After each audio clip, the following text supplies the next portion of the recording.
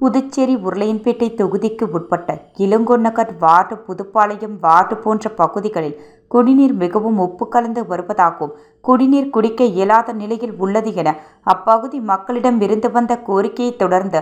MLA Nehru சட்டப்பேரவை கூட்டத்தொடரில் மேற்கண்ட குடிநீர் பிரச்சினை பற்றி பல கேள்விகளையும் கோரிக்கைகளையும் வைத்ததன் பெயரில் முதல்வர் அவர்களும் பொதுப்பணித்துறை அமைச்சர் அவர்களும் இசைந்து புதுச்சேரி உருளையன்பேட்டை தொகுதி சுதேசி மில் வளாகத்தில் உள்ள குடிநீர் மேல்நிலை நீர்த்தேக்க தொட்டி அருகில் பொதுப்பணித்துறை பொது சுகாதார கோட்டம் சார்பில் உவர்நீர் சுத்திகரிப்பு நிலையம் அமைக்கும் பணிக்காக ரூபாய் 3,87,00,000 மதிப்பீட்டில் பணிகள் துவங்குவதற்கான பூமி பூஜை விழா முதலமைச்சர் ரங்கசாமி தலைமையிலும் பொதுப்பணித்துறை அமைச்சர் லட்சுமி நாராயணன் முன்னிலையிலும் உருளையன்பேட்டை தொகுதி சட்டமன்ற உறுப்பினரும் மனிதநேய மக்கள் சேவை இயக்க நிறுவன தலைவருமான திரு ஜி. நேரு என்ற குப்புசாமி எம்எல்ஏ அவர்கள் முன்னிலையிலும் சிறப்பாக நடைபெற்றது.